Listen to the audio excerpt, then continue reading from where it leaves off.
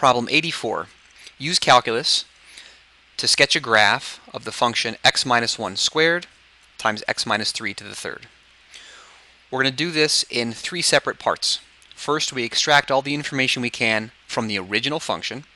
That includes the asymptotes and intercepts. So we're going to look at the x-intercept, y-intercept, any vertical asymptotes, and any horizontal asymptotes. So to get the x-intercept, we set y equal to 0 and solve for x. So we set y equal to 0. We've got 0 equals x minus 1 squared times x minus 3 to the third. This is already factored, so we can set now each factor equal to 0. Then use this by using the 0 property. So we get x equals 1, x equals 3. Now we found these by setting y equal to 0. So this first point is 1, 0. The second is 3, 0. So those are our x-intercepts. 1, 0, 3, 0. To get the y-intercepts, we set x equal to 0. So here we've got y equals 0 minus 1 squared, 0 minus 3 cubed. And this gives us 1 times negative 27, which is negative 27. So we had set x equal to 0 and got y equals negative 27.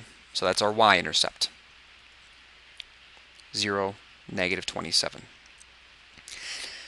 When looking at the vertical and horizontal asymptotes, vertical asymptotes occur when the denominator is 0.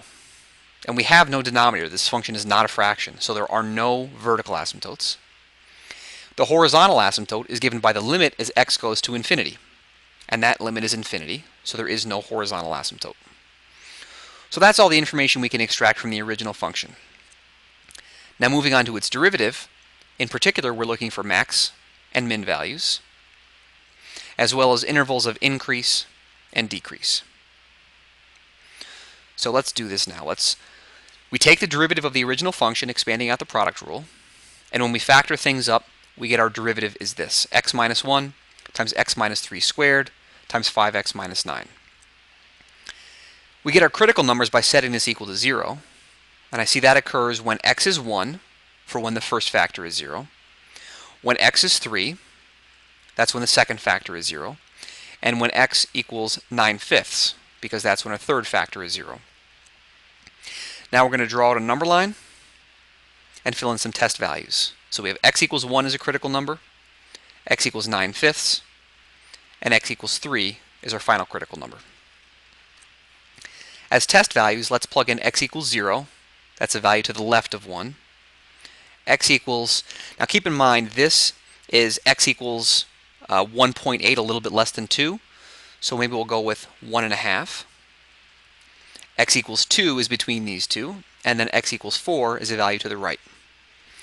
Plugging each of these into our first derivative, we get that y prime is positive 81 in this first interval, so we know that the function is increasing. If we plug in x equals 1.5, we get that the derivative is negative 1.6875. The fact that it's negative tells us that the function is decreasing in this interval. Because it increased and then decreased, we know that this is a maximum. Plugging in x equals positive 2, we get that our derivative is positive 1. So we know that the function is increasing. Since it's increasing, we know that this is a minimum because it decreased and then increased away. And then in this last interval, if we plug x equals positive 4 in, we get that our derivative is positive 33, and that tells us that the function just keeps increasing. So there is no max or min at x equals 3. Now, knowing the x-coordinate's not enough. We have to plug this x back into the original function. If we plug in x equals 1, we get y equals 0. That's our maximum. Our minimum occurs at 9/5. If we plug 9/5 back into the original function, we get negative 3456 over 3125. Now this is very unwieldy.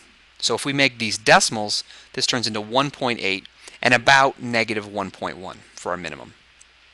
We have our max and min. Let's plug these back into our table of useful information. So we know that the maximum occurs at 1, 0. The minimum occurs at 1.8 and about negative 1.1. The function increases from negative infinity to 1. It then decreased from 1 to 9/5, or 1.8. It then increased again from 9/5 to 3. It continued to increase from 3 to infinity. So we have our max and mins, our intervals of increase and decrease. That's the useful information we can get from the first derivative. Now in the second derivative, we're looking for points of inflection, intervals on which the function is concave up, and intervals on which the function is concave down. So let's move on to the second derivative. Taking a second derivative and factoring things up, we should get this for h double prime of x. And this is equal to 0 when x is 3, that's when the first factor is 0, or setting the second factor equal to 0 and using the quadratic formula, we have x is equal to 9 plus or minus square root of 6 over 5. And if we get decimal numbers for these, this is about 1.31 and 2.29. So again, setting up an interval test, we have 1.31, 2.29, and 3. And now we'll pick test values in each one of these intervals. So I'll choose x equals 0, x equals 2, x equals 2.5, and x equals 4. And we'll plug each of these x values into the second derivative. So if we plug in x equals 0, we get that the second derivative is negative 180. If we plug in x equals 2, our second derivative is 4. We plug in x equals 2.5, our second derivative is negative 2.5. We plug in x equals 4, we get that our second derivative is positive 92. So in this first interval, since the second derivative is negative, we know that our function is concave down.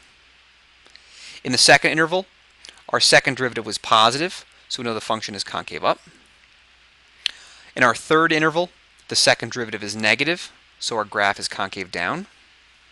In the last interval, the second derivative was positive, telling us that the function is concave up.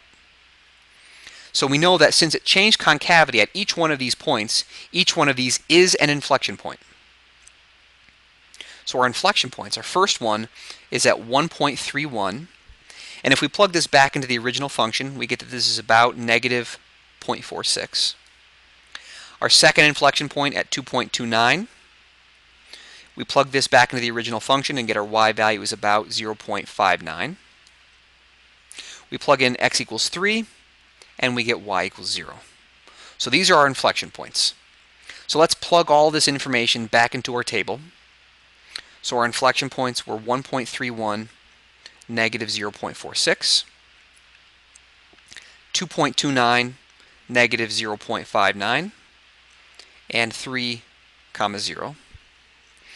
The function was concave down from negative infinity to 1.31. It was then concave up from 1.31 up to 2.29. It was then concave down from 2.29 up to 3. And then from 3 to infinity, it was concave up. So let's make a graph based off this information we have here. So based on the original function, we know that this passes through the point 1, 0, and through the point 3, 0. Those were our intercepts. And we have a y-intercept at 0, negative 27. We had a maximum at 1, 0, so we know that the function is going to turn around at this point. We have a minimum at 1.8, negative 1.1, so our minimum is somewhere around here. So we have a minimum here that's going to turn around. We know that the function increased from negative infinity up to 1, so the function is increasing throughout here until it gets to 1, at which point it turns around. It then decreases from 1 to 9.5, so it decreases from 1 until 9/5, or about 1.8. Then it increases until it gets to 3, and then it's going to continue increasing after this point. Okay, now if we look at our second derivative, we know that the function is concave down on this first interval. So this part of the graph doesn't look completely accurate. It was concave down and increasing here. Continues to be concave down until we get to 1.31, at which point it switches from concave down in this interval to concave up in the next interval. Then out at 2.29, it switches from being concave up to concave down. Let's clean this graph up a little bit. So concave up here switches over to concave down in this section. And then at x equals 3, it switches from concave down back to concave up. So I know it's increasing and concave up on this side. So increasing and concave up over here. So we have that the function increases and is concave down in the beginning until it decreases, switches over to concave up until this inflection point where it's concave down, and then at x equals 3, increasing and concave up for the rest of the graph. So this gives us a sketch of the graph of the function x minus 1 squared times x minus 3 to the third.